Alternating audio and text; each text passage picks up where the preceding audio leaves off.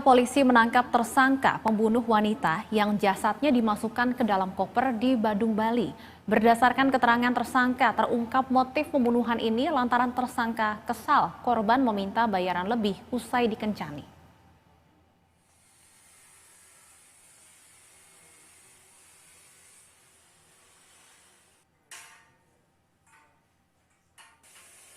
Pembunuhan ini terjadi di sebuah tempat kos di kawasan Kuta, Badung, Bali. Setelah menghabisi nyawa korban RA, tersangka Amron Al-Rashid Pane memasukkan jasad korban ke dalam koper dan membuangnya ke semak-semak.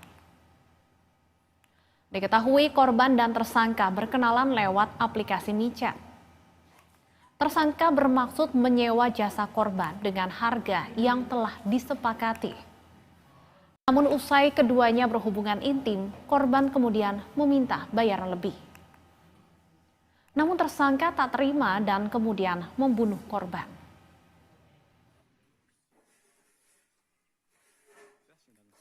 Bahwa pelaku AAR ini, dia memesan melalui WeChat untuk memanggil seseorang wanita korban, yaitu inisial RA, di mana terjadi transaksi pertama oleh WeChat yaitu sebesar 500.000.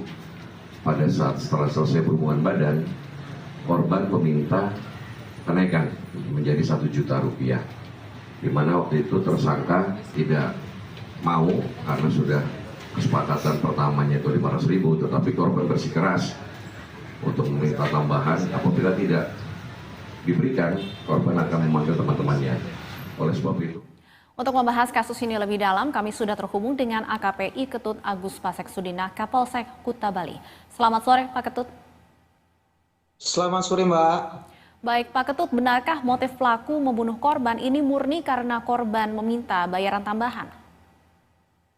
Baik, betul. Jadi perlu saya jelaskan, untuk motifnya pelaku pada saat perjanjian awal dengan korban itu disepakati harga 500.000. Tetapi setelah berhubungan, tiba-tiba korban ingin menaikkan tarifnya menjadi 1 juta.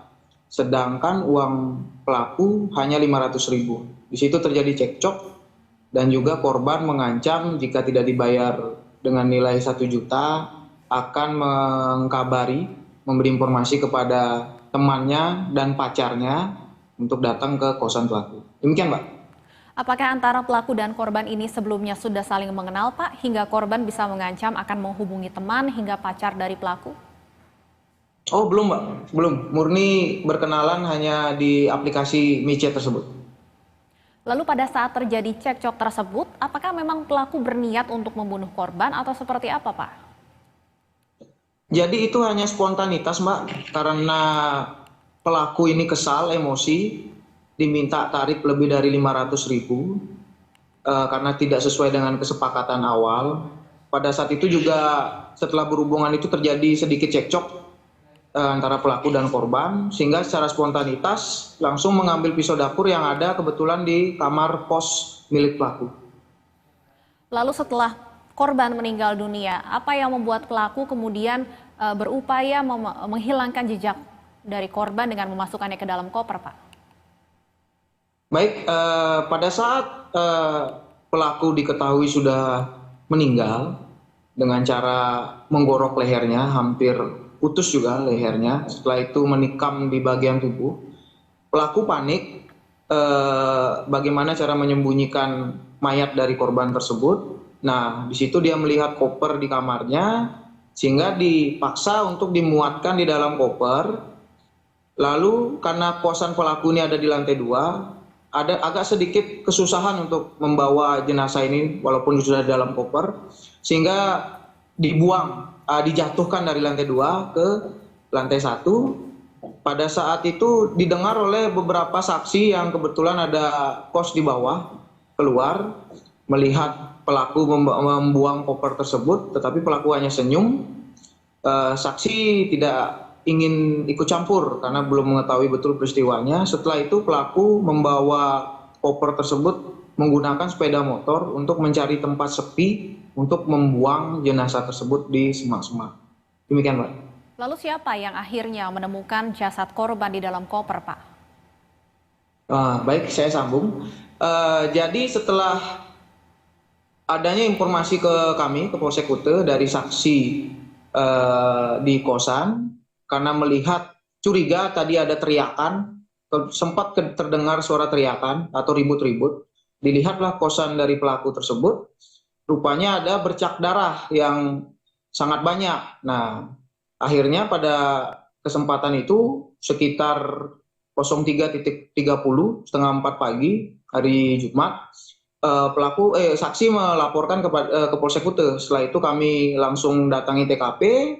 Di sana ada ID card yang tertinggal milik pelaku. Kebetulan pelaku bekerja di salah satu swalayan di Kecamatan Kute. Nah, setelah itu kami menanyakan kepada saksi apakah mengenal saudara pelaku yang identitas yang kami temukan ini.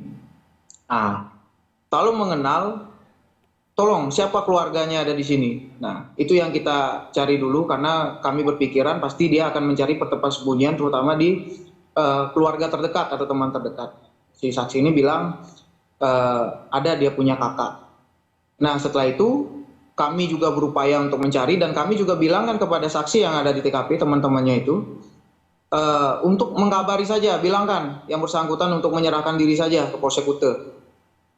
Lebih bagus seperti itu daripada kita kejar. Akhirnya 15 menit kemudian pelaku dibawa oleh kakaknya ke Polsek Kute untuk menyerahkan diri dan mengakui segala perbuatannya termasuk menunjukkan posisi jenazah yang ada di dalam koper yang dibuang di Kecamatan Kute Selatan, daerah Jimbaran, di bawah jembatan, ada semak-semak. Di sana kita bawa pelaku dan langsung menunjukkan keberadaan koper tersebut. Demikian, Pak. Baik, kalau untuk senjata pembunuhannya apakah juga sudah ditemukan, Pak?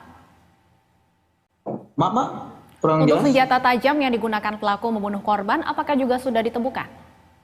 Sudah, Mbak. Kebetulan tergeletak di kosannya. Karena pada saat yang bersangkutan sudah membuang jenazah di dalam koper tersebut, itu si pelaku ini balik ke kosan. Tetapi karena melihat kami rame petugas, dia mengurungkan niatnya dan milih bersembunyi di rumah ulangi di kosan kakaknya. Jadi barang-barang yang ada di dalam kosannya ataupun darah-darah yang berceceran itu belum sempat dibersihkan. Baik, terima kasih AKP Ketut Agus Pasek Sudina Kapolsek Kuta Bali atas Baik. informasinya. Selamat sore, Pak. Selamat sore, Mbak. Selamat sore.